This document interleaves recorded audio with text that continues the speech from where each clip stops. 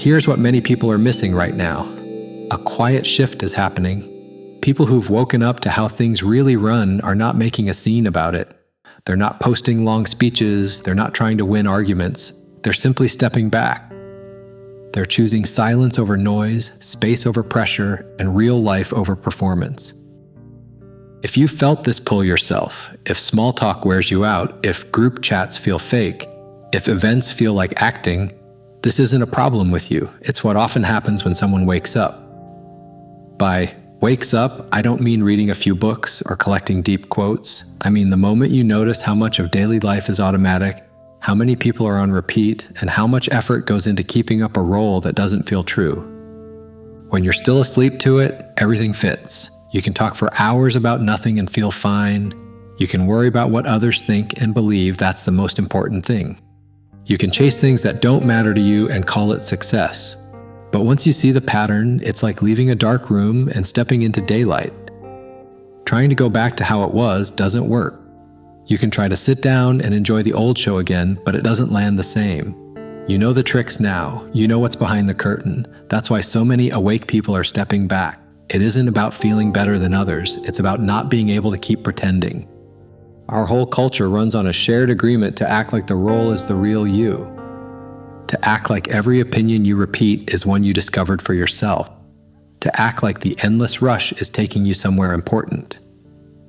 When you no longer buy into the act, you look around and see the fear under the loud words, the emptiness under the busyness, and the way blame gets used to avoid personal work.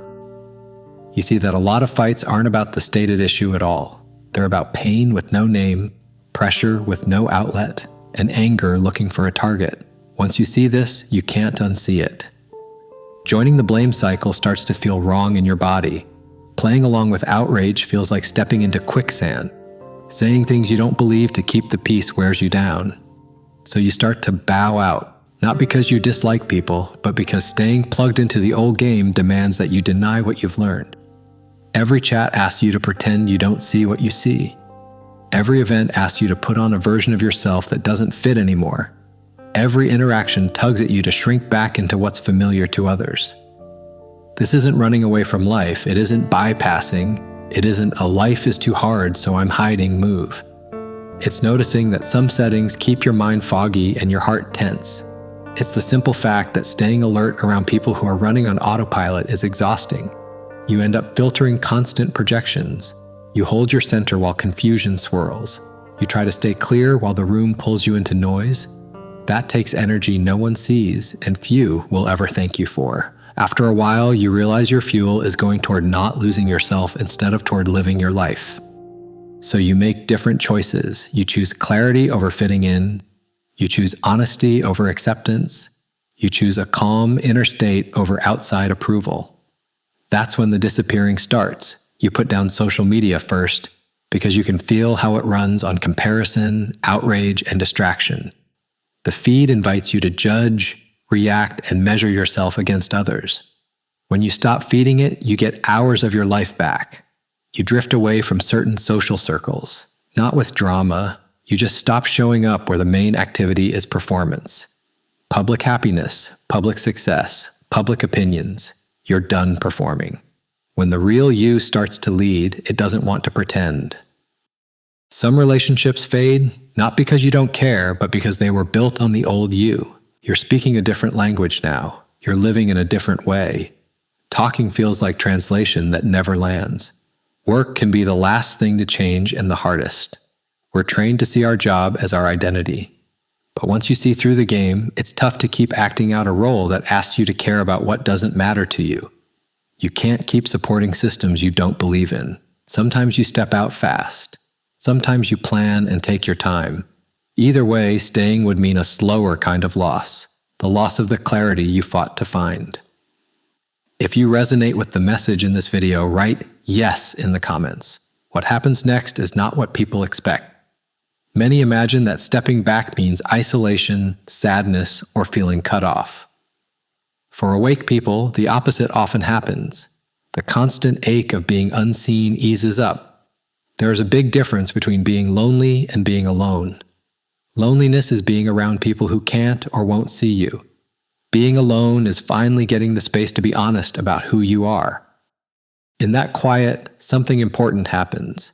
You stop living in reaction to other people's moods and opinions. You hear your own thoughts without 1,000 voices pushing in. You feel your own feelings without carrying everyone else's. You notice what you actually like, what you actually believe, and what you actually want. This stretch of time can look like a hermit phase. It isn't hiding, it's integration. You're sorting through years of noise. You're healing the stress of acting like someone else. You're building the strength to stand steady even if the room around you is still asleep. This is harder than staying asleep. When you're awake, you can't keep blaming everyone and everything for how you feel. You can't keep throwing your pain at easy targets. You can't keep yourself too busy to notice what hurts. You start facing the whole pile: fear, grief, old habits, old stories. No one can do this part for you. It's your turn to carry your side of the work. The good news is what comes after. When you do this work, you stop outsourcing your sense of reality. You don't need applause to know what is true for you. You don't need a crowd to feel steady. You've met yourself and you trust that meeting. From there, you might step back into parts of society, but you do it differently. You don't go back to the old game. You show up clean, with simple honesty and with clear edges. You may find yourself living at the edge between two worlds. You can be present without getting pulled in. You can be kind without getting tangled. You can help without trying to control. Maybe you work with people who are starting to wake up. Maybe you make things, words, art, tools that help others name what they're feeling. Maybe you just live in a way that makes people wonder if there's another way to do life. What you don't do is return to the act.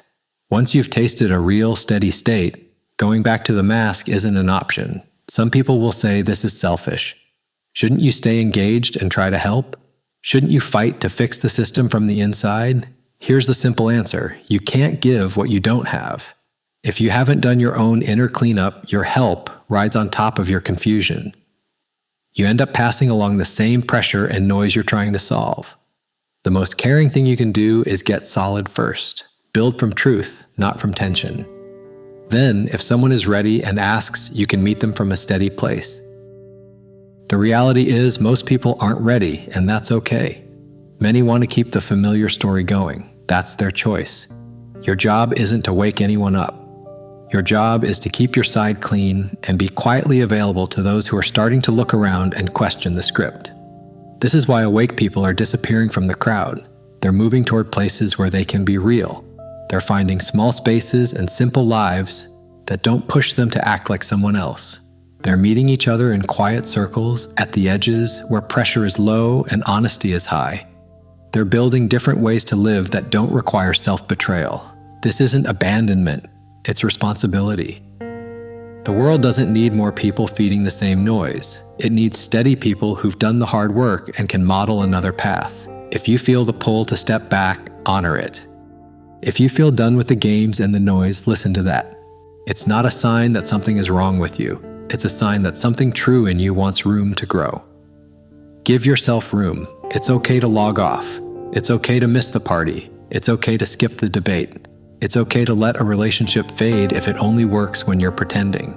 Being alone for a while doesn't mean you'll be alone forever. Use the time well. Clean up your inner space. Get honest about what matters. Learn to hold your center. Let your daily life match what you know inside. The world needs fewer performances and more real people. It needs less noise and more grounded clarity. It needs people who don't have to act to belong to themselves. Awake people are stepping back because they have to. Growth doesn't happen in rooms that demand you stop being yourself. Truth doesn't grow in constant pretending. Real change starts in quiet, then spreads out in simple, practical ways. If you're one of the people feeling called to step back, let yourself go. Do it without guilt. Do it without trying to explain it to everyone. Be okay with being misunderstood for a while. You're following a pattern many have followed. You step away to rebuild. You return, if you choose, with something real to offer: steady presence, clear action, simple honesty. This isn't the end of your part in the world. It's a reset. The point isn't to disappear forever. The point is to come back on your own terms, with your inner life and outer life lined up. And if you decide not to come back to certain rooms at all, that's fine too. You get to choose the shape of your life. Until then, keep it simple. Fewer inputs, more quiet, real work, real rest, real connection with the few who can meet you as you are. When the time is right, you'll know your next step. And if someone asks where you went, the honest answer is this: you didn't vanish. You stopped acting, you started living.